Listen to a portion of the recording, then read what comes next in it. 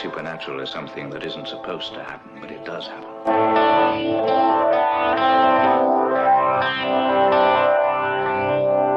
And no nation which expects to be the leader of other nations can expect to stay behind in this race for space.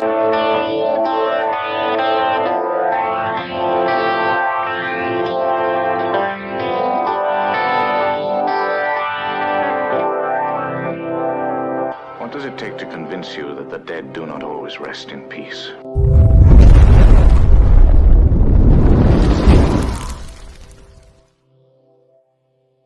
Broad's Beard Care, premium beard oil made right here in Central Florida. Check it out at broadsbeardcare.com. Enter promo code 3beards with a capital B, and you're going to save 20% off your order. At this time, we would like to welcome our guest of the evening, Mr. Mark Mirabello. We are going to be talking about secret societies. How are you, sir? Very good. Thank you for inviting me. Yeah, thank you for accepting. I'm telling you, every time we get somebody who's like, "Oh yeah, come on," we're like, "Oh my God, this is so awesome!" We never thought that we would have as many people just willing to come on as have been, and it's been kind of a real surprise. So thanks again. Now, so PhD in history and currently teaching at Shawnee State University. What got you into secret societies, sir? Well, curiously enough, my PhD dissertation, I was in Scotland, University of Glasgow. It was really orthodox. I was talking about Presbyterian Church and its conflicts over the episcopacy. And I'm in a bookstore in Leith, Scotland, which adjoins Edinburgh. And I started a conversation with this mysterious man. I happened to pick up a book on the Rosicrucians, the Brotherhood of the Rose Cross, the alleged 17th century secret society. And he made a comment to me, in secret society lore, under the rose means secret. That's why you'll see in some old Roman Catholic churches, they'll have a rose on the confessional. It's all going to be secret. And I started talking to this gentleman, and he had an Eastern European accent. And one thing led to another, and he invited me to a dinner in London. And at the arranged time, several weeks later, hope I'm not going on too long here. Oh, no, you're good. Several weeks later, I show up, and there's no one there, and there's no address, no such address. Oh. So I just spent my day in London, went to bookstores. But see, what that is an ordeal. Often in secret societies, there'll be a slight test. And then I got a communication months later to again meet in London. An address was given, time was given. I show up. This time, the address was real, nobody there. And then finally, a third invitation was given, and that was worked out. And those individuals were in a group I wrote my first book on, which is called the Odin Brotherhood. It's a pagan secret society that allegedly goes back to the 15th century. But since then, I've been just intrigued by secret societies. And I'm currently working on a book. Yes, sir. Oh, sorry. I thought you were. Oh, no, yeah. Let's see. I'm trying to show like it real quick. I was just bringing it up because you talked about the Odin Brotherhood. Oh, that's a beer. There it is. Yep. Yes, that's the 5th edition. It's actually gone through 6. Got a new cover on it, but that'll do. And that's saying something too. I mean, if you're already, if it's been reprinted several times, I mean, that's pretty good. It's interesting. And by the way, over the years, I've been receiving all kinds of communications about it. And what really strikes me as peculiar is the issue I said that they claim to be from the 15th century. And they worship pagan gods, the old Norse deities. I've never received an inquiry like, do these people really believe these gods exist? All of the inquiries are, how can you prove this goes back to the 15th century? Which raises an interesting point. In secret societies, now I'm not trying to say they don't go back to the 15th century, but secret societies deal in mythic history. And we forget that something doesn't have to be true for it to be a force in history. I mentioned earlier the Rosicrucians, the late Francis Yates from the University of London. wrote a work on them some years ago. She passed away, sadly. And like a typical historian, now I'm a historian, but she was a professional historian. She acts as if this is fiction. How can anybody believe this story that there really was a secret society named the Brotherhood of the Rose Cross? But she was missing the point. Again, all of these groups have an elaborate past. And Freemasons do this. They have the story of Hiram, who allegedly is building the Temple of Solomon, and he's murdered by 3 men. And they use this in their initiation. And it doesn't really matter if that Hiram existed or the event actually happened. It's useful in the myth. And oddly enough, we're living in this time of Trump and so-called fake news and so forth. Most Americans don't realize that the history we think we know, most of it's false. How many Americans know the Pilgrims for 25 years had a decapitated Native American head of a man they murdered on a stake in front of their settlement, covered in flies, decomposing. Of course, in 25 years, reduced to a mummified skull. But see, we want to remember the nice religious people that had the first Thanksgiving. Speaking of which, there was no minister with the Pilgrims for 9 years. And roughly a third of them were in chains. They were indentured servants, which are temporary slaves. Wow. The difference between an indentured servant and a slave is forever. Indentured servant is 7 years. They can whip you, they control you, they can sell you. That's the real Pilgrim story. And by I was the way, 2 years old when I learned that story. I was 2 years old. So what you were saying is most of the stories are allegorical, like we call them in Freemasonry. It's, whether Hiram existed or he didn't.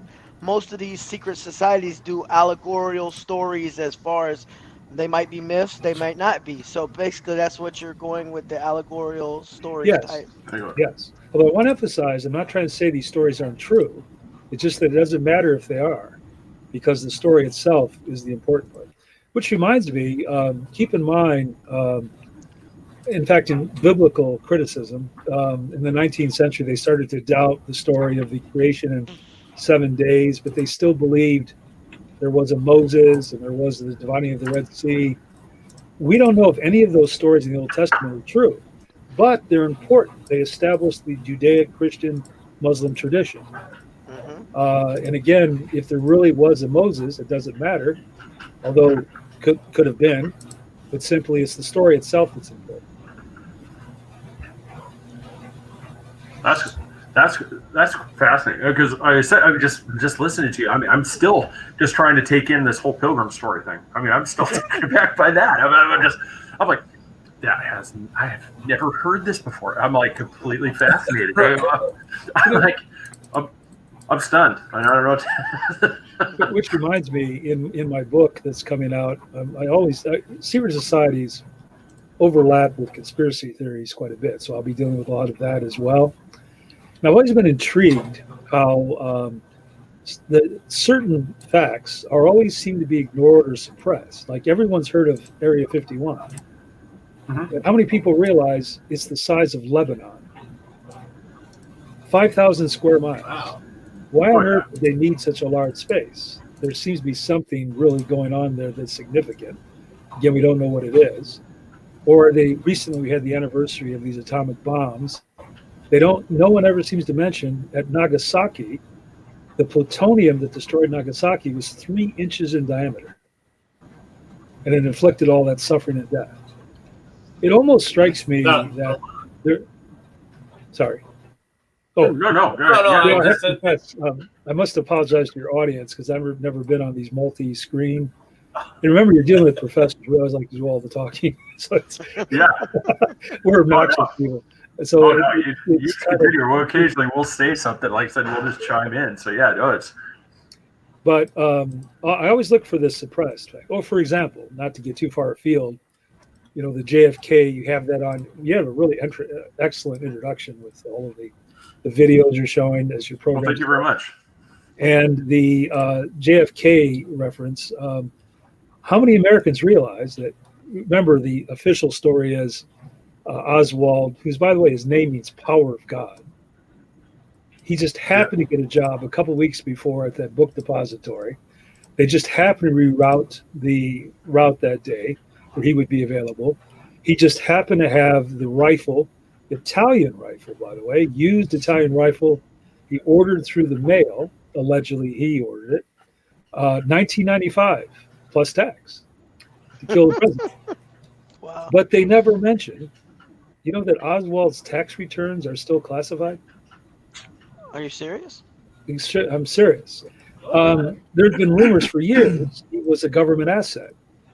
And it could have been that he turned on them, or it could be that he really was. Remember, he famously says, I forget the term. What's he saying? That he didn't say fall guy, but he said some term he uttered just before his murder. He was murdered. Yeah, referring to Jack Ruby, Yep. who dies of cancer in prison. And the story is he was claiming the government killed him. And the official story is, well, how paranoid can you be? Beryllium. He had a medical examination. If you insert beryllium in the human body, it gives you cancer. And all they had to do was put beryllium into his lungs during the examination. And in fact, the number of ways they can kill you. You ever hear of the heart attack gun? Mm-hmm. This is from, yeah. well, it came out during the Senator Frank Church hearings. This was in the post-Watergate 1970s. That the government had a gun. It was actually an air gun, and it had a projectile. It was totally silent, a projectile of ice, and they would, if they fired it at you, you would feel as if you got bitten by an insect. It would make a little wound, and then the ice would melt, and you would have a heart attack, and it'd be virtually impossible to determine in an autopsy what killed you. And watch how many people drop dead of heart attacks, often in their 40s and 50s. You know, when they're in some kind of scandal or they're trying to blow the whistleblowers to try to expose, and then suddenly they'll have a heart attack and case closed. That's interesting. So they do silence people. Did you ever see the film Wag the Dog? That was just I always love that film because remember at the end when Dustin Hoffman, he's the producer, and he's saying they've set up a fake war to get the president reelected, and he's saying that I have to talk about this. It's the best thing I've ever done, and he's told. Robert De Niro tells him, "No, you have to stay quiet. You can't talk," and Dustin Hoffman just refuses, and then the next scene is he's dead of a heart attack. So when you see these heart attacks get really suspicious, and they can take a lot of people down. I was going to say, too, before we get too far away with the story, it's like with Lee Harvey Oswald, I'm kind of the believer. If you've ever seen the movie Shooter with Mark Wahlberg, yes, mm-hmm. It's kind of I've often wondered maybe that was what he was brought in, almost like he was a government asset. He was brought in as a consultant. There's been a threat on the president's life. We are going to have to redirect the route. We need you to go up here and see where would be an optimal shot to take so we could try to avoid this. And he was set up because now he's up there. The shot goes off. He's held with, so he's standing there. They have all this stuff on him, because there was always that claim. It's like, the patsy, the fall guy, that he was, and that's what Mark Wahlberg's character was. He's brought in as a consultant and he was framed for the shot. Exactly. Mm-hmm. For doing it too, because we're talking about conspiracies and dead presidents. How many Americans have heard that there's some evidence that President Harding, by the way, President Harding was initiated, speaking of secret societies, into the KKK in the green room in the White House. He joined the KKK in the green room in the White House. There's some evidence that he was murdered by the First Lady. He had been carrying on an affair with a young woman for years named Nan Britton. Now, at the time, the news stories all denounced Nan Britton as a fraud. She made up the story, and they just dismissed it as a crazy story. But recently, they've actually proven that her child really was Harding's child. And the story is that Mrs. Harding poisoned it. After she learned about the affair, she poisoned them. The doctor that signed the death certificate happens to die 1 year later when Mrs. Harding was spending the night in his house as a guest. The doctor dies in his sleep. Now, again, we can't prove any of this. And by the way, when you're dealing with secret societies, too, it reminds me of Daniel Ellsberg, who he was the one that published the Pentagon Papers in the 70s. And he told us the first time about, there's a group called the JASON. They always spell it in capital letters, Secret Society, JASON. It was started by Eisenhower to develop what he's called the unimagined weapons of the future. They're elite scientists figuring out ways how to kill people in large numbers. And originally they were mainly physicists, but now they have biologists and chemists. And again, they never put it on their resumes. It's highly secret. They have meetings. Now, it's supposed to be a free society. Why does such a group exist? But Ellsberg, when I brought him up, he once said that you can't really determine history by reading official documents because they censor them. They don't talk about the murders they're committing at cabinet meetings. They don't take records. Well, Kennedy killed the dictator slash president of South Vietnam a couple weeks earlier when Kennedy was killed. Just before that, he had knocked off the dictator of South Vietnam. Of course, when Americans kill you, we hire local talent. We pay the locals to do it. That's cool. Yeah. They'll never actually send an American to kill. They'll hire somebody. And by the way, when they do this, they'll hire a real criminal. You don't want to get an amateur. So they'll hire a real murderer. If they want to break in, they'll hire a real burglar. That's why Watergate was always suspicious, because they were amateurs. They really wouldn't use amateurs for these things. And speaking of which, E. Howard Hunt, he died several years ago. He confessed on his deathbed to his son that he had been involved in the Kennedy assassination. All major newspapers ignored it. It was not covered at all in the United States. Only fringe publications and European publications covered it. Or how many have heard? You ever hear of William Haut? H-A-U-T? I think he died around 2005. That sounds really familiar. After his death, or maybe it was Walter. I'm sorry, Walter Haut. After his death, he had a legal document released. He had sworn a legal document saying he was one of the officers that issued the press reports at Roswell. First, the report that they had a saucer, then the report that it wasn't a saucer. And after his death, a legal paper was released indicating that he said there really was a saucer, alien craft. He saw the beings, they were child size. Again, ignored by the media. So yeah, it was Walter Haut. He was the public information officer in Roswell. Yep. Yeah. So again, and these, by the way, when we talk about secret societies, often the people you think wield power, they're not really. For example, let's say George Bush Jr. when he was president, he was a classic elite front guy. How many Americans realize he was related to 16 presidents? 16. Any of us have a relative that's a president? But he had 16. No. And he had 16. Yes, and the Skull and Bones, that's from 20 to 30 families. At Yale, he was a member of Skull and Bones. His father was, his grandfather. And they often describe it as a eugenics program, but it's not. In fact, Galton, who was the cousin of Darwin, Galton coined the word eugenics. He said that you never really get highly intelligent people and talented people from these rich families. He said they grow up in wealth, they're not challenged, so they just tend to be, playboys and lazy boys, and they play polo and go golfing. Galton said that roughly 1 in 4,000 people make a real contribution to the human race. He says you won't find them in these rich elite families. And, Bush Jr., not to pick on him, is a classic example, but he's not really probably when he was president the power. There are people behind it. And I think virtually all these presidents have the invisible, faceless men pulling the strings.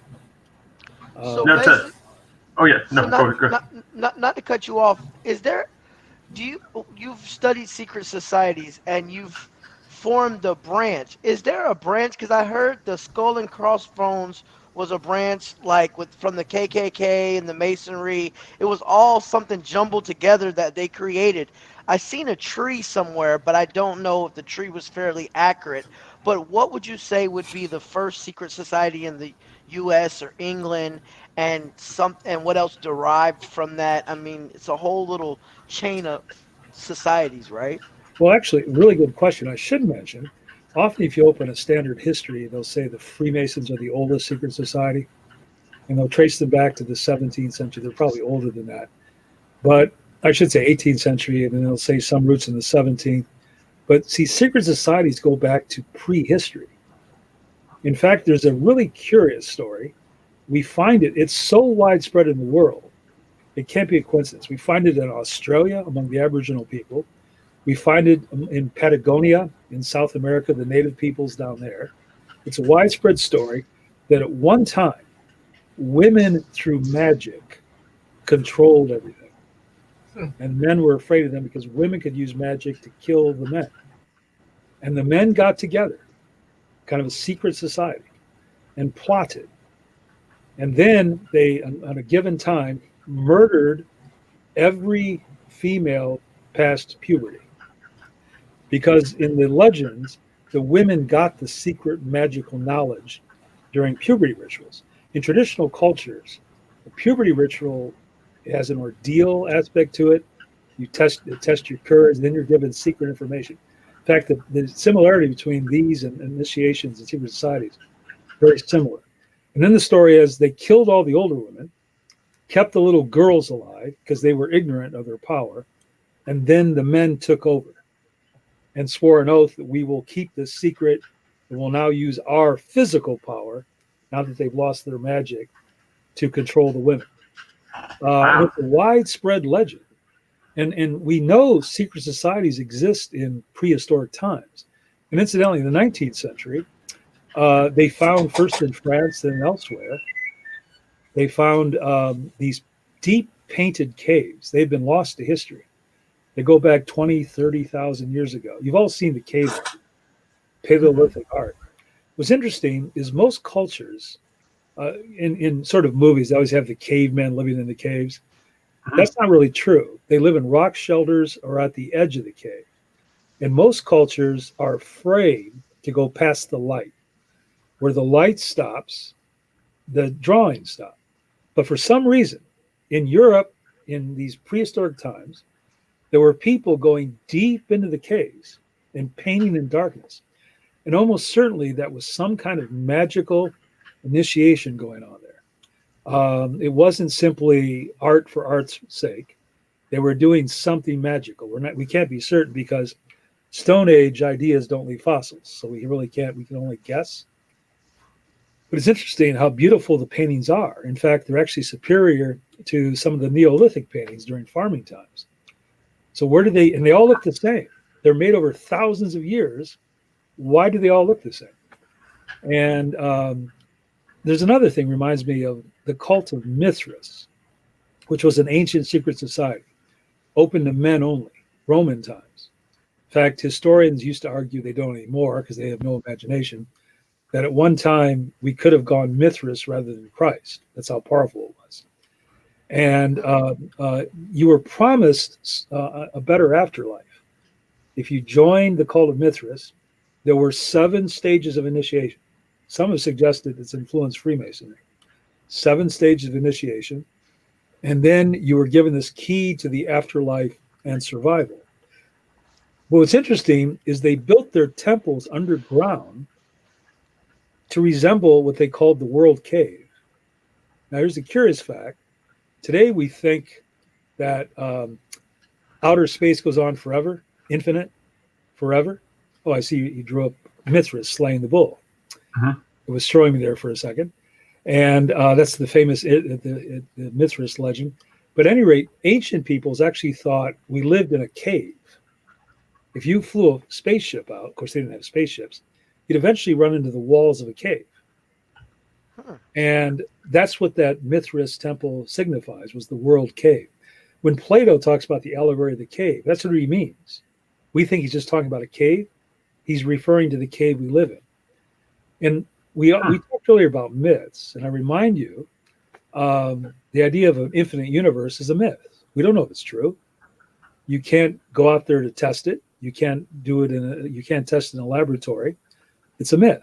By the way, other myths, economics. We think of endless growth. There was a Professor Hidalgo in economics pointed out, endless growth is impossible. At some point, the economy can't just keep getting bigger and bigger. It has to stop. We use all the resources. Another myth, politics. We're always told we have the right to vote. We don't have the right to vote. We never have had the right to vote. In the 19th century, women claimed, well, they were citizens, so they should be able to vote. It required a constitutional amendment because the Supreme Court ruled in the 19th century that being a citizen does not give you the right to vote. That's why we have to register and so on and so forth. Which reminds me, I mean, the Internal Revenue Service finds me every year and I don't register. Yeah. So I don't know why you have to register to vote. Yeah. But there's myths all over the place in history, economics, and physics, chemistry, you name it, we have them. Well, I found go ahead. Sorry. No, I was going to say, before we get too far away, too, I wanted to cycle back to what you were talking about with, like the Bushes, where, they're kind of, because there's been a lot of that talk where the presidents are always more of a puppet head than an actual, in control. We had Dina Ray on, and I made sure she hadn't even heard about this before. Do you remember during George H.W. Bush's funeral when the letters in those envelopes were passed out? Do you remember when the Bush family opened up their letter and they all had that shock and horror on their face on what supposedly they just read in that letter? Tell the truth, I didn't even watch the funeral. When these guys are dead, I'm just not going to pay attention to it. Yeah. No, so that sounds interesting to me. And what's the rumor? Yeah, the video. I could Nobody, share. nobody knows. Nobody has said what the rumor was. Yeah. But if you see their face as they're being showed this letter, it's like, oh, well, how do we fix it? Or it's just a very astonished look, and nobody has came out and said what it was about. But to cycle back to what you said, why they find the picture about all the kids that grow up in the top elite families. They actually just had that college admission scandal. They wouldn't, they had to pay them to get in college because they laid around and they didn't study. And okay, well, heighten her SAT scores and help her get into this college. So I mean, you're not forced to do nothing when your parents have very elite money. You're just like, which reminds me, this notion of elite universities. And of course, I'm at a state university here, so we're not considered an elite school. Mm-hmm. But the idea of an elite school like at Harvard or Yale or elite, this is really from the 1950s. That's how recent it is. Anybody could get into Harvard or Yale in 1910. You got it. Get the money. This is the Bush thing? Yeah. So this one, they're passed a letter, and you can see Bush is reading it. Laura looks down, and then that's her face when she looks up, and this is Jeb's reaction to whatever they just read in the letter that his dad just opened. Wow.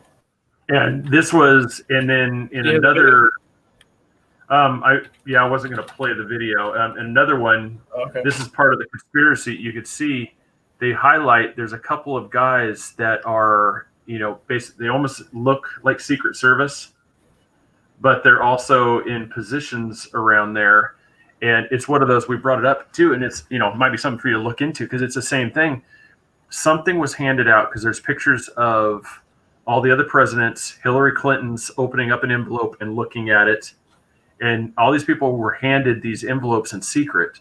Huh. And that's like the secret society thing came in and I've often speculated, I wonder if this was something, because especially the way the Bush family's reacting, that maybe seen this happened, it was something, you could have said something even to the effect of it was his time. Or your next. Undertaker's bill. Yeah, exactly. That would shock them too. Wait a minute. Wait a minute. The country doesn't pay for this? I'm just kidding. Even more serious. Probably. By the way, speaking of presidents, how they kind of suppressed this, there were rumors at the time when Reagan was alive that he was the Antichrist because he had 3 names, Ronald, Wilson, Reagan, each one with 6 letters. Mhm. So there were people claiming the Antichrist. Yeah. And, no, it's before we get too far away. Like I said, I wanted to kind of touch on something. You have a book in the works. With the working title "Secret Societies: A Skeleton Key." That's the working title right now.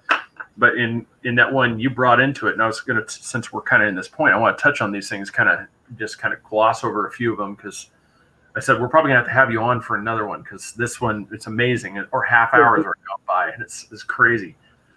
But if you want, I can go point by point, or obviously you've got it memorized. The types.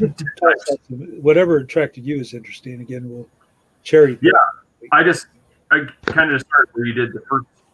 Just kind of we'll go real quick through like the types. You had the 10 types. The first one is the existence of groups that are known, but outsiders are excluded from the rituals. Freemasons. You already brought up the cult of Mithras, Templars, the Yakuza. So on. Yeah. By the way, I should mention too, when I talked about the 10 types, there's also this notion they can all 10 fall into 2 categories. Basically, those involved in the overworld and those involved in the underworld. Underworld would be like the Mafia, the 'Ndrangheta from Calabria in Italy, the Yakuza you just mentioned, the Russian mob, the Triads. And then the overworld would be like the Bilderbergers, Skull and Bones, Club of Rome. Al Capone referred to he called it the legitimate rackets. And that's what you have the criminals. And by the way, in the West, of course, we get all the attention on the Mafia. Oh, and I which reminds me, since I have the Italian name, I'm in this small university, and a common question I get is, why did you got this Glasgow degree, a PhD? Why did you teach at this small school? And it's a joke, of course, but I always say, well, I'm in the witness protection program. They'll never find me here. I take your class. I'm just telling you. You've already told me. I'm going to have to take the class. but the Yakuza, for example, Japan, they have a couple 100,000 members. And in fact, if you bought a Japanese car, you probably paid the Yakuza. They penetrate legitimate business, as well as they're in the typical guns, drugs, prostitution, so forth. But they're really clever. The Japanese have a certain cleverness. For example, they're in loan sharking. If you borrow money from the Yakuza, they will force you to sign a life insurance policy. And if you don't pay, they'll kill you and collect the money from the policy. Brilliant. Brilliant. They'll have a Yakuza guy as he'd be the beneficiary. Another trick they'll use, strangely, it's really curious. They do not like to use Japanese women for prostitution. They view it as improper. They like to use Western women in particular. And there'll be an office in New York City. And a young woman, she'll be sitting in a restaurant, and a well-dressed man or woman walk up and give her a card and say he represents a modeling agency. She'll show up at this really nice office. And the man will be very proper, and he'll offer her a contract. And he'll tell her that we're going to fly you to Tokyo, all expenses paid. They'll first ask various questions, like they want people that don't have a lot of like relatives and this sort of thing. And then if you qualify, they'll fly you first class to Tokyo. And when you get there, they take your passport, and this girl's going to spend several years as a prostitute. And she thought she had a modeling contract. So, they're very clever. There have been cases, too, the mob, where somebody thinks they're being interviewed for a job, head of a corporation. This has been done in South Africa. They'll fly in to Johannesburg. They'll get picked up at the airport. They have to be rich already. They'll be picked up at the airport with a limousine, a driver. And then when they have you out in the middle of nowhere, they pull out the guns and say, you pay $4 million or we blow your head off. So some of these organized crime rackets are quite elaborate and clever. But the problem we have in the world are the legitimate rackets. And by the way, which reminds me of Orwell, George Orwell in 1984. He has a wonderful passage in the book, 1984, that why we have poverty, slums, constant wars, crime, health problems, is, according to Orwell, if everybody were rich and well-fed and secure, the people would quickly figure out that the ruling elite serve no purpose and get rid of it. So they keep us in a constant state of distress and constant wars, because wars can explain why, for example, taxes are high, why more money isn't going to the public. And according to Orwell, it's all by the elite doing this on purpose. And if you study history in general, it does appear that we're being sabotaged. Now, of course, in some of the outlandish theories, they're reptilians or aliens doing it to us. Others, it's just simply powerful families. But the whole system seems like it's designed to just cause dislocation, poverty, squalor. And they never want to solve the real problems. In fact, they exacerbate it. And in fact, it reminds me too, Thomas Malthus, who wrote Essay on Population. Everybody always quotes him where he says that populations increase geometrically, but resources increase arithmetically. But what he says that's even more important is that he says anyone who gets rid of an epidemic, who clears out slums, who helps the poor, is hurting the human race. He says we should encourage epidemics, we should encourage crime, war, keep the population down. And several of these elite groups, such as the Club of Rome, have even discussed that the human race is too many people. Somebody has to go. And they're not to be the ones that are going. In fact, there have been estimates that we should only have about 500 million people on the planet. We have 8 billion, I'm sorry. In fact, the Georgia stones, have you heard of those? Yeah, the Georgia stones. Mm-hmm. Yes, that it suggests it's in 8 languages. Someone who built them claimed he was a connection with the Rosicrucians. And he has these inscriptions in 8 languages and saying we should have only 500 million people on Earth. I've always been intrigued by those because they were built to last. Almost everything we build in the modern world doesn't last. Arnold Toynbee said, the Great Pyramid of Khufu will outlive the human race. 10,000 years from now, when the whole planet's covered in violet ashes from our nuclear wars and nobody's here, maybe some alien spaceship will come down and find the Great Pyramid and say, wow, who built this and why? And, America, everything we build here isn't built to last. When those World Trade Center fell down, 2 planes take out skyscrapers.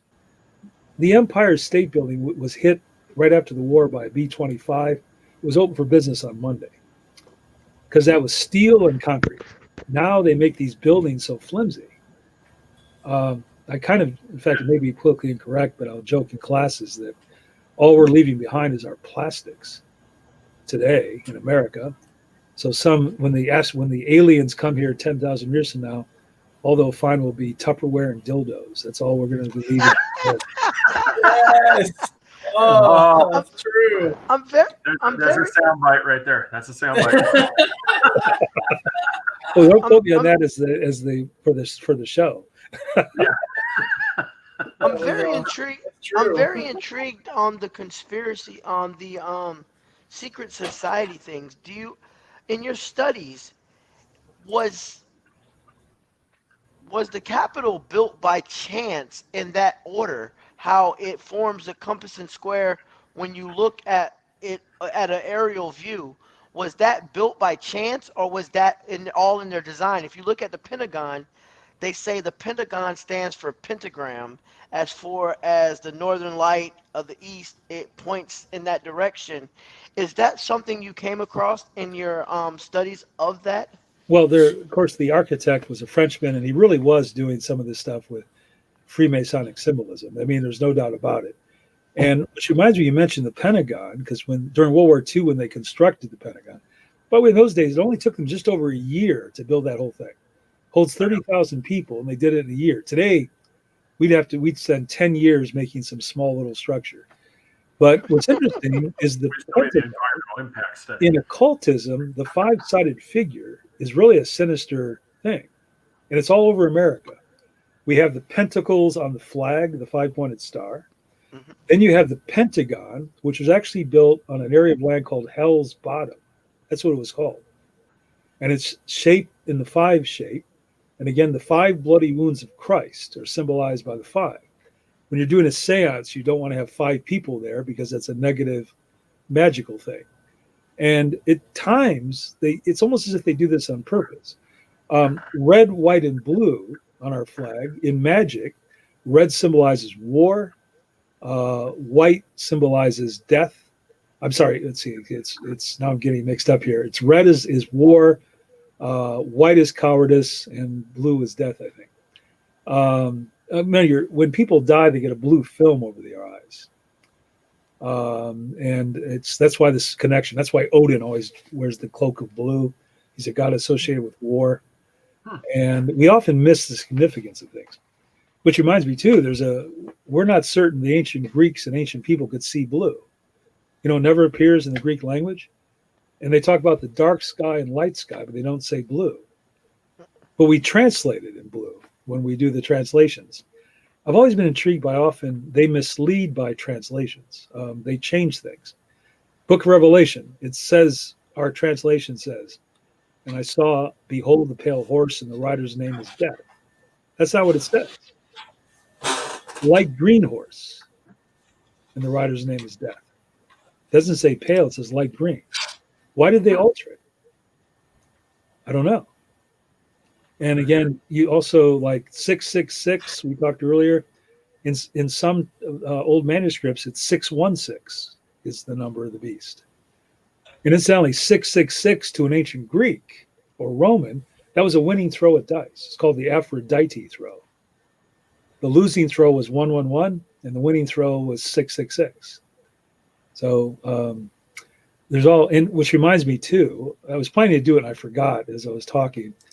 I was going to make gestures. See, if I'm in a secret society, such as the Triads, Freemasons, so forth, they have hand gestures that the audience, I could just, for example, see this? Well, see, in sign language, don't ask me out, man, but that means I love you. But also, that is the horns of Satan. So if you notice, politicians will often do this. Are they saying, I love you? Or are they saying, yeah, I'm a Satanist? Huh. Or the other one that's normally seen, I brought it to Craig's attention. Most of the high elite people, they stick their hand in the coat of their breast. That's a sign of a secret society, from what I know. And yeah. And by the way, I've even had, strangely enough, because again, the big one would be Freemasons.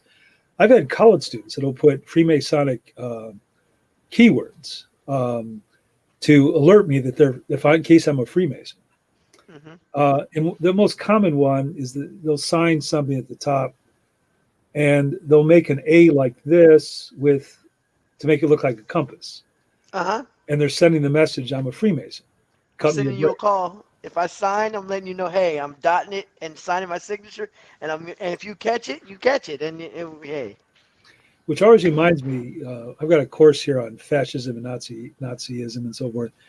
And over the years, they don't seem to be as common anymore, but I'll have a female student will do an essay test. They don't seem to do it as much anymore, and they'll put a heart instead of dotting the I. You ever see that? Heart on the eye, yeah. Yeah, young girls will do that. They'll put a heart instead of a dot. And one time I'm reading this test, and this girl's writing Hitler with a heart above the. She wasn't doing it on purpose. It just looked kind of curious. Yeah. But for example, that's a triad. If I were Chinese, I guess you can't see me here, but with the camera, No, exactly. Yeah, I could send the message that I'm a triad.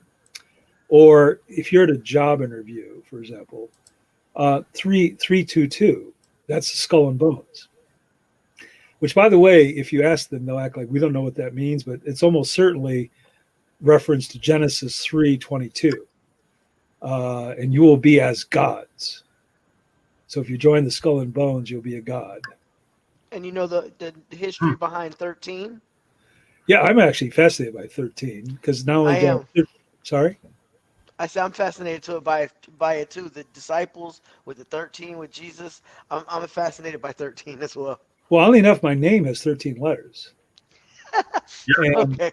And M is the 13th letter of the alphabet. And by the way, M is significant in secret societies because you say it with your your mouth closed. It also tends to be the first consonant that little children say. But the 13, we think, you can take balls of equal size, no matter what size, beach balls, ping pong balls. It takes 13 to cover one. 12 to cover one. You'll need at least 12 balls to cover the one ball. That's why we think it always shows up so often. You'll see 13 appear with a leader and 12 followers, leader, 12 followers. And that could be the significance there. Plus, a woman has 13 fertile times in her each year. And you have, strange enough, if you add up, women are only fertile 7 years in their entire life. Actually fertile. You add up so many days each month. We forget how fragile human reproduction is. And we're only like 100 years from extinction. If everybody, there have been sci-fi films and books about, remember, suddenly infertility starts, human race dies out. We are actually always on the edge of extinction. There's a tendency for humans not to think long term. We think short term. I always tell classes, I said, everyone in the class will, when they grow up and finish school and marry, they'll be trying to make their children wealthy. But in fact, it's easy to make your great grandchild wealthy. You buy some investment that has interest on it. And let's say if it's, let's just do an average in 7% interest will double every 10 years, your investment. So you set aside $10,000, it'll be 10, 20, 40, 80, 160, 320, and they'll be wealthy. But if you think long term, it's easy to do. So again, mysterious, significant. You have a hammer there too. That's filled with Thor. A gavel. I know it's like a nod, and it's like he got it. One of our watchers there, Julie, she had said, "What's the relationship between the Order of the Eastern Star and the Freemasons? Is that part of that?" Well, it's interesting, and now in our world of sort of genderless stuff, and we're always trying to integrate genders and everything. As far as secret societies are concerned, you can't have men and women together. It just doesn't work. And the Eastern Star is literally a female group associated with the Freemasons. Historically, it's the wives and daughters of the Freemasons would form Eastern Star. Now, if you look at the initiations, you can tell why you can't mix men. By the way, when you do mix men and women, and since the 1990s, Skull and Bones has started to admit women at Yale. For real?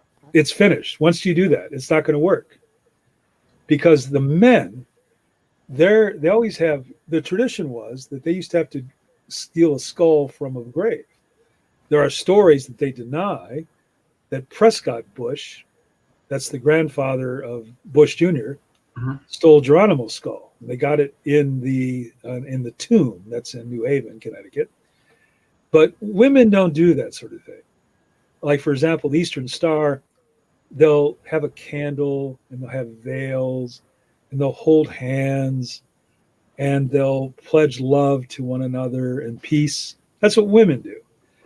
Men in their secret societies, in fact, by the way, there's one at SSU called the Hexagram Society. And they, again, have this really dark little, they consulted me. That's why it's really weird. I was putting a lot of strange stuff in there. But male initiations, like, for example, Well, it reminds me, Hofstadter, who wrote The Paranoid Style in American Politics, I always claimed it was a masterpiece. I don't know what they're thinking of. He's poking fun that there were reports that at upper level Masons, they drink wine from human skulls. And he acts as if, well, that's not true. That's actually true at very high level. Once again, an ordeal. And when you drink the wine, you swear an oath that if you betray the order, you will take on the sins of this dead man and burn in hell for them. Excuse me. Don't have coronavirus. Just talking too much today. That's right. Well, it's kind of happens when you're giving lectures. Come on, you're sitting here and talking with us.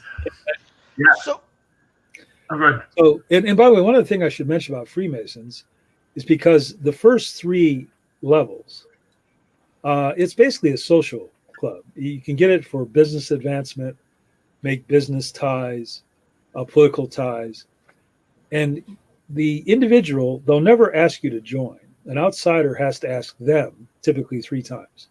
to ask one to be one. Yes. And then they vote on you. That's called the ordeal of the ballot. And they drop in white balls or black balls. One black ball stops it all. And that's where our term goes. That's when you're blackballed. That's what that means. That's where that comes from. And but here's the interesting part. There are up to 30 more levels in some of the rights. And you have to be invited to do those. You can't ask them to get in those upper levels. And it gets smaller and smaller in England, which has a really strong Freemasonry. There's only 75 at the 33 level. And oddly enough, their headquarters is at St. James Square. And I remember looking at it when because I was living in Britain for years. It just says this really innocuous sign and ring once. If you want to address them, but that's how it works. It's possible. Now, again, these are the anti-Masons saying this. They're saying that those upper levels are only open to those who will obey no matter what. And remember we said earlier, there have been reports, that in initiation, they'll ask you to do something bad. And let's say, for example, you may be initiated and they'll say, spit on this or kill this or do this. And if you refuse, they will tell you, well, you've passed the test. Welcome, brother. But in fact, some have suggested, including Milton Cooper, the infamous Cooper on the shortwave radio, who was gunned down in 2001. Any rate, he suggests that if you are willing to do the criminal thing, that's when you advance higher. So in other words, if you say, no, I won't do it, you stop. If you're willing to do it, we have reports. In fact, this was in congressional hearings. There's one secret society, I won't name it because they're really dangerous, but their initiation involves sex. You have to murder somebody and have sex with an underage girl, an old woman, and a cadaver. It's part of the initiation, in front of the membership. And then we have reports from ancient Rome and the Catiline conspiracy. And the Catiline conspiracy, they had to drink a child's blood. The story is Catiline, who was leading the conspiracy to overthrow the government, they passed a cup of wine around to the crowd, the group of men, and they would drink some blood of a child. And see, the purpose of that is they will force you to break a taboo or a law, because once you do that, you can't betray them. They want you to do some outlandish thing because you can't then admit you're a member. I can't go to the police and say, I'm going to turn these guys in. Oh, and I was drinking the blood of a child. Sex with the cadaver. Yeah. You're pretty much done. It binds the individuals to the group. So almost certainly these do exist. These really horrific initiations. Now, again, some of the ordeals are fun and games, which reminds you, like at universities, they now have gotten rid of hazing, because in fraternities, hazing used to be an ordeal, but it degenerated into just drunken antics. I now tell students that the only ordeals left in universities now, these are designed ordeals to cause pain and suffering as a test. The only ordeals left are organic chemistry classes and calculus. Sorry, I need a drum roll here when I tell the jokes. But And oddly enough, the mafias is not that. Of course, you have to kill to get into mafia. You have to have committed murder. But then the actual initiation is pretty simple. You cut your trigger finger, put some blood on a holy card, burn the card, and you swear endless loyalty to the Brotherhood. And it's in the mob, it's blood in and blood out. You only leave the mob by dying, typically violently. Which reminds me too, secret societies, they like what's called argot or argot. They talk in code. I've always been intrigued by that. And the best codes are not foreign language or jargon, because that stands out. They'll use terms that so your brother knows what you're saying, but outsiders don't really realize. For example, the Mafia, but the trouble is Hollywood picked it up. In the 1930s, to cover up killings, they used baseball terminology. That's why a hit meant a killing. A hit with a ball, with a bat. But of course, once the media picked it up, it lost. They had to keep changing the terms. And now they're getting so clueless, they say whacked. I mean, that's no longer argot. I mean, we can figure that out. Yeah. Which is funny. You know, the mob is actually from Sicily, degenerated in America. They used to have like a feudal code of honor. You don't do certain things to women, children. You respect your brothers. And here, it's like America corrupts everything. In the 1970s, they were importing Sicilians to try to get it to work, but it just didn't work. They can't follow the rules anymore. Like omerta. Omerta. I love the example that they would give in Sicily. If you see a mafia man in a restaurant in Sicily, you could walk up to him, overturn his meal, and spit in his face. And he won't do a thing. He'll sit quietly when you spit on him. This is the old omerta. But everyone in the restaurant knows he is showing his manliness, his control of his emotions.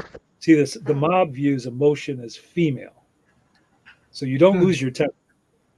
And everyone in there knows that he will kill you when the time he chooses. Could be a month, years, he'll kill you. And their favorite method is just a shot in the back of the head. You'll be sitting somewhere in a restaurant or a park bench, and they'll just put a gun at the back of your head. They do, which reminds me too of the White Death, that Sicilian term. That's when they make you disappear. Your body is never found. One mobster fed a guy to pigs, and he got really upset because the pigs wouldn't eat the thigh bones.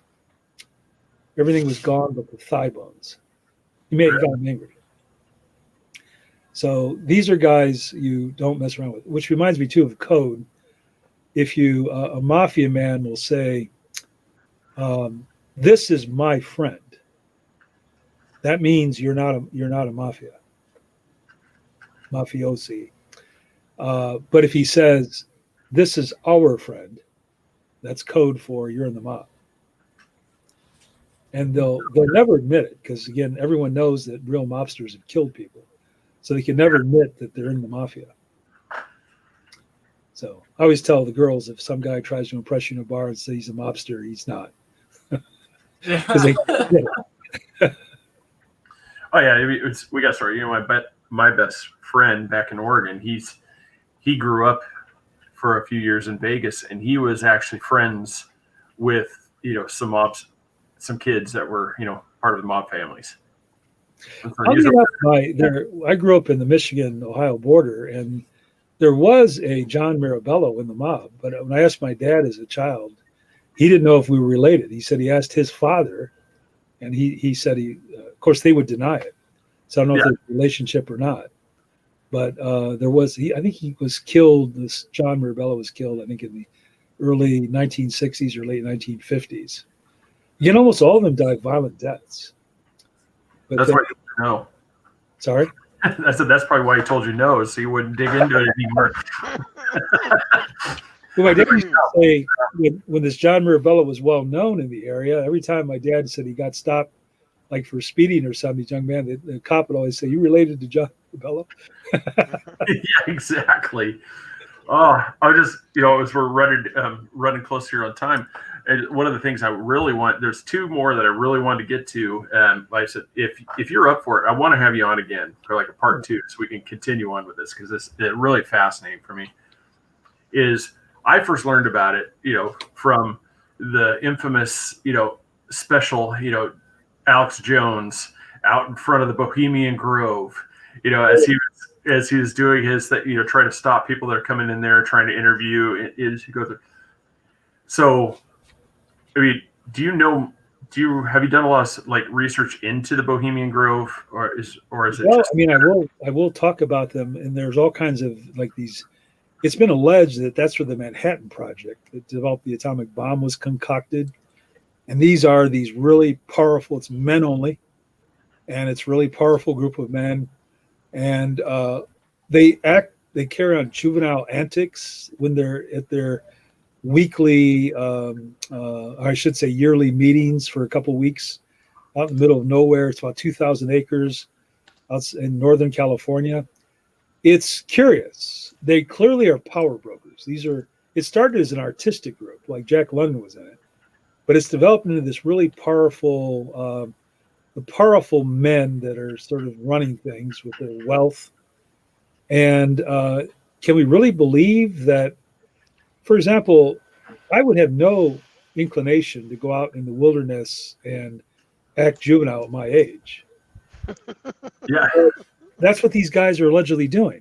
But then you get Alex Jones and other people saying they're not just out there for antics. There's really sinister things going on. There have been allegations, I'm not saying this is true, of human sacrifices out there. Now, we do know there are groups out there that do practice human sacrifice. You ever hear of Mark Kilroy? He was a victim, an American citizen, young pre-med student from Texas. He and his friends, this was in the 80s, crossed over the border at spring break to Mexico. Attractive woman started talking to him. He wandered off from his friends, was never seen again. Later, they discovered his mutilated remains in a ranch in northern Mexico. They even made a necklace out of his vertebrae. He had been tortured to death. Now that's from Paulo magic. That's a form, we know voodoo, which by the way, normally is for like love spells, get a job, be healthy. But you, like all ancient religions, you can use them for dangerous things. In voodoo, it's called the Red Sect.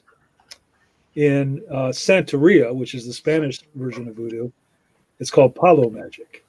And you can kill people and sacrifice people and so forth. And again, by the way, the Red Sect, and I've always been fascinated by that in Haiti. The story is you have to kill someone to get into it, a relative, and drink some blood. And the story is they gathered secret meetings, and only they can hear the drum beats. It's a kind of magical drum. And if you ask most Haitians, they'll deny that it exists. Mm-hmm. But it certainly does. They're afraid of it. Just like historically, if you ask Sicilians, did the Mafia exist? They'll laugh at you. You know it doesn't, but it does. People forget that when you're afraid of something, that's why in Sicily they refer to the men of respect, the honored men. These are the mobsters because they're afraid of them. Same reason when the police pull you over, you call him officer and sir. When he's writing the ticket, as he walks to his patrol car, you're saying, "You son of a bitch," and so on and so forth. When he's in your window, you're calling him sir.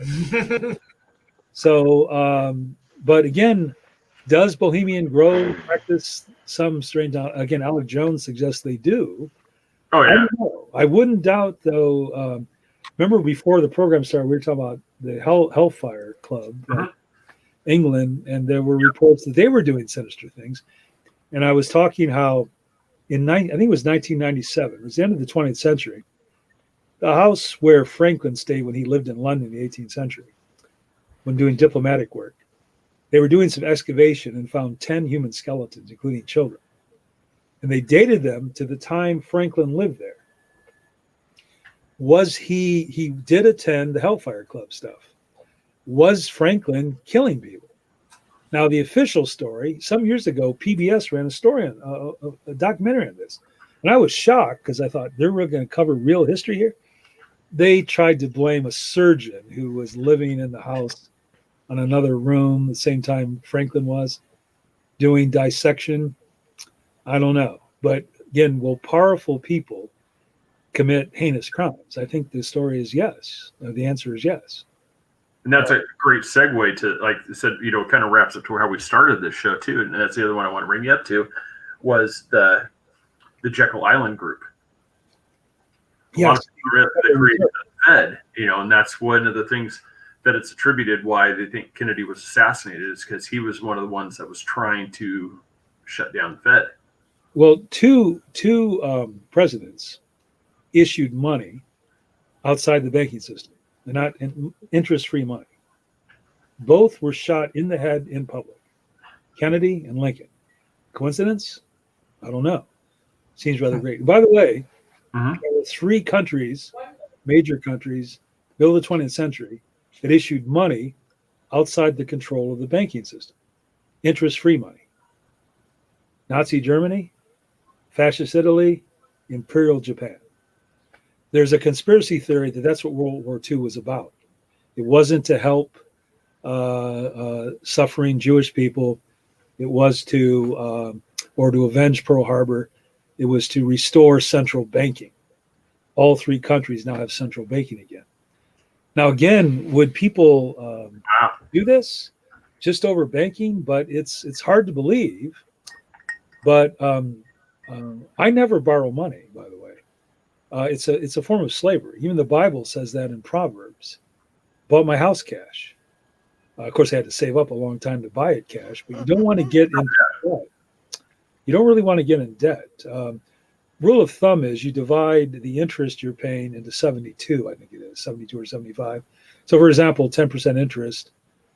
Your debt's gonna double in roughly 7.5 years. It can build up really fast.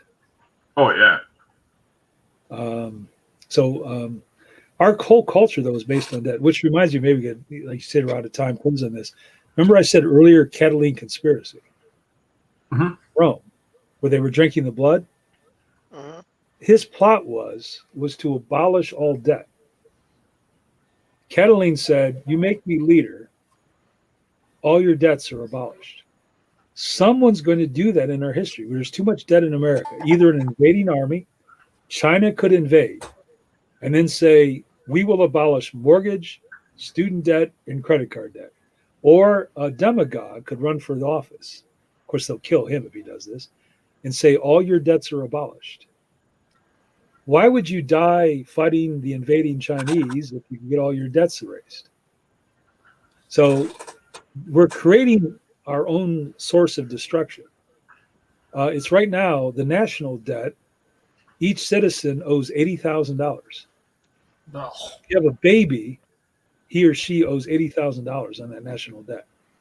It's way out of control, and it grows, keeps growing and growing and growing. So yeah, I can't remember what it's like. Every family is now on the hook for something like $140,000 to $160,000 a piece. Yes, to pay it off, and it keeps escalating. Yeah, it's some seditious stuff here today. So hopefully you won't get knocks on your doors. Oh, I'm already on a list. I would have been taken out a while ago. Yeah. No, it's we'll have to, when we bring you on too. We'll have to talk about it's kind of a joke. When I don't know if anybody's ever seen the movie So I Married an Axe Murderer with Mike Myers. Oh yeah, one of the secrets, the Pentaveret. The secret group with the Queen, the Vatican, the Giddies, the Rothschilds, and the Colonel Sanders before he went tits up. Well, the Vatican cardinals are all swear not to tell any facts that will hurt the church. Yeah, they take an oath. That's why when they have this child abuse, and people are saying, "Why didn't the cardinal intervene?" They swear an oath not to talk. They must protect the church, and incidentally, that's why the Catholic Church has lasted 2,000 years. Transparency kills you. Secret societies and secrets. This is where it all is. It's a source of power. By the way, the United States, by the end of the 20th century, was producing 6 million secret documents a year. Jeez. Although what's ridiculous, we have 2 million people that are allowed to read them. This is typical America. We create a secret, but then we put so many holes in it. That's why there's so many leaks. Yeah. So, Yeah, it's kind of the thing. I'm a big believer too, like the end of Indiana Jones and the Holy Grail. When you see the guy taking the Grail in the box and he moves down, that's that warehouse of just looks like miles of wooden crates. Like we've got to have something like that somewhere. There's just stuff that we can find. Well, by the way, earlier when you flashed up my Odin Brotherhood book, because I've always been intrigued by mystery, I actually inserted what's called a skip code in there. Oh, really? That's every so many words, there's a secret message in there. I made it really difficult to break because that's the purpose when you have a secret or a mystery is if it's too easy to break, it loses the. In fact, while I'm on it, years ago when they were constructing our new library, I buried a treasure map under the library. And oh, really? Yeah, I'm going to put some gold bullion somewhere, not a huge amount, but just some when I die. And what I want to do is create a mystery, a legend. Like 100 years from now, they'll say, there's this crazy professor. He's got a map under there. And they'll be digging up the whole area to try to find it.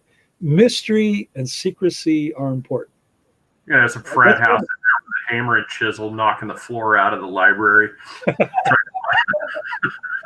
And if you actually find the document, it's in code. You have to first break the code. And then it's a poem that you have to interpret the poem, as you were talking about in Indiana Jones. So I was doing all this, and I actually had a college class involved, and we were, and by the way, this is typical how universities are. Just before we're getting ready to bury it, I get a message from the library director at the time, and it's typical, no imagination. And she says she contacted the architect in Columbus, Ohio, and he was going to charge us $800 to insert the treasure map into the drawings. And I said, well, just forget about it. And then after she retired, I was at her retirement reception and said, remember we had that conversation? Well, we threw the map into a container. It was in a nitrogen-filled container. We threw it in the wet concrete late at night. It's underneath the library. So after she was gone and couldn't do anything about it. Oh, that's awesome. But you can't, these people have no imagination. So you always have to, if you want to do mysterious and fun things, you have to sort of keep it secret. That's cool. That's a perfect place to end. Chris, did you have one last thing? Yeah, Sorry? before we let you go, this is going to eat me up. Is the Vatican, I mean, I know it's the Roman Catholic Church, but is there a secret society inside the Vatican as well? There's a lot of stuff that go on that we don't know about. Is there, Technically, the secret society is the College of Cardinals. They elect the Pope, and then the Pope, he chooses the new cardinals. And they keep secrets. Okay. And in fact, one writer has called the Catholic Church the world's largest secret society. It's not. It's just at the upper levels. And that's how it typically works. You have the masses, the believers, and then at the upper levels, a narrow elite controlling everything. And my next question is, have you ever seen a cipher? I was telling Craig about a cipher. You have to know the words in the book. That's my book. So if I lose my book, nobody can read it unless you know what you're reading. Yes. I've always been fascinated by, codes and mysteries and so on and so forth. So yes, that's which reminds me, there's this, when we talk about this Odin Brotherhood, they created pictographs. And the idea is to outlive the human race, where, see, the purest form of writing are pictures. But the trouble is you can't do proper names with pictures, but you can do a virtually like a cow or, write about things. This is designed to, even if the human race becomes extinct, this document will survive. Scientology did the same thing, not in code, but they buried they inscribed L. Ron Hubbard's writings on steel plates. And they're buried in a nuclear-proof bunker in the Southwest. So if the human race is again destroyed, except for a few people, his writings will continue. It's a good idea. In fact, one of the problems is with this digital stuff we have today, we're going to lose all kinds of information if there's a disaster. Mm-hmm. And the ancient Greeks forgot how to write for 400 years when their first civilization collapsed. You can go illiterate pretty easily. Yeah, it's like quick thinking too about Scientology. L. Ron Hubbard. Besides all of the alleged crazies.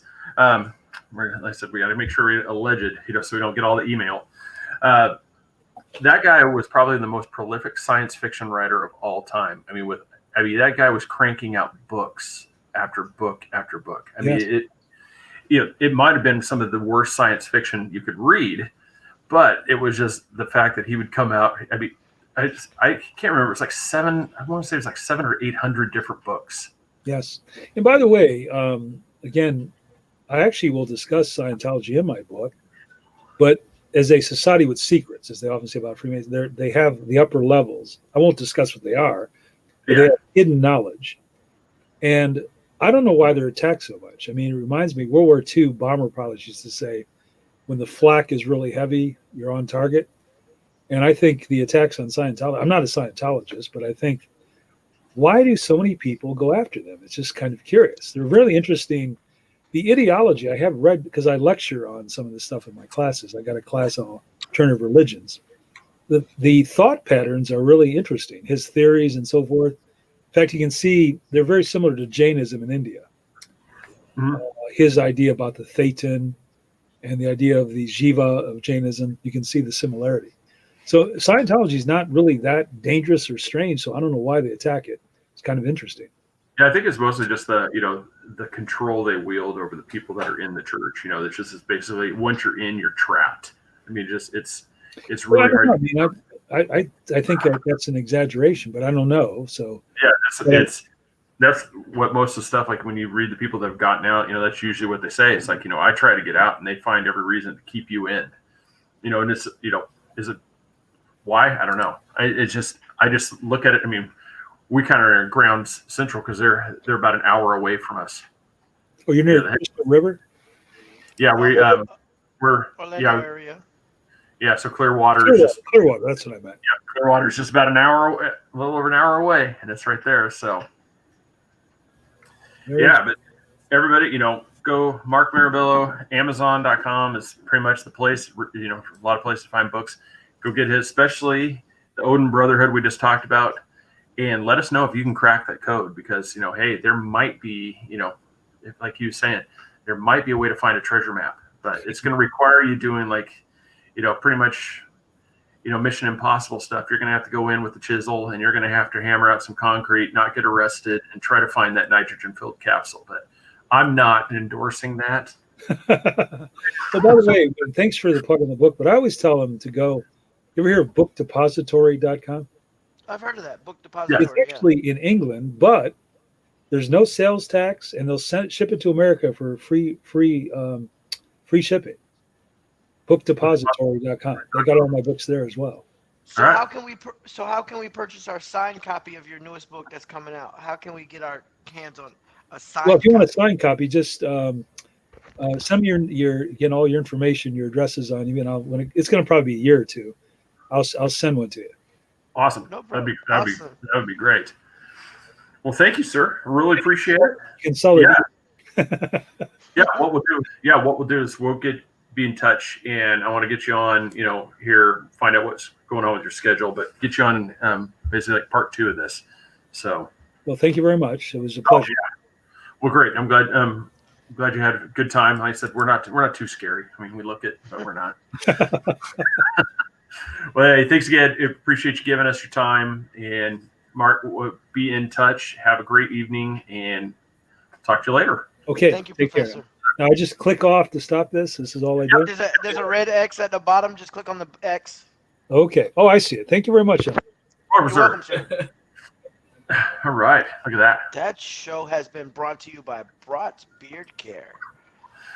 Premium beard care products made by Kelly Brott himself, while being sung moral stories by an army of gnomes that you're helping save by checking out that product you see on the screen right now, our signature blend.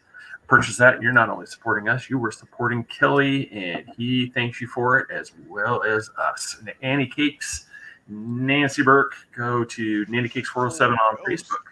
407-923-2898. Got it before Austin could take it off the screen. Boom. Make sure you hit that like button if you like this show on Facebook. Find us on Instagram Also, Pinterest, YouTube, Spotify, all the major networks. Please click that like button. Yep. Patreon.com/3beards podcast takes you there. Become a Patreon member. Support us. That way we can get stuff making like new products and gear. It's kind of help support us. We're going to help send some stuff back as a way of saying thank you, including new stickers. So everybody, want to thank you for watching. Appreciate it. Mark Mirabello, thank you again, sir. And everybody have a great night. We will see you later. Goodbye.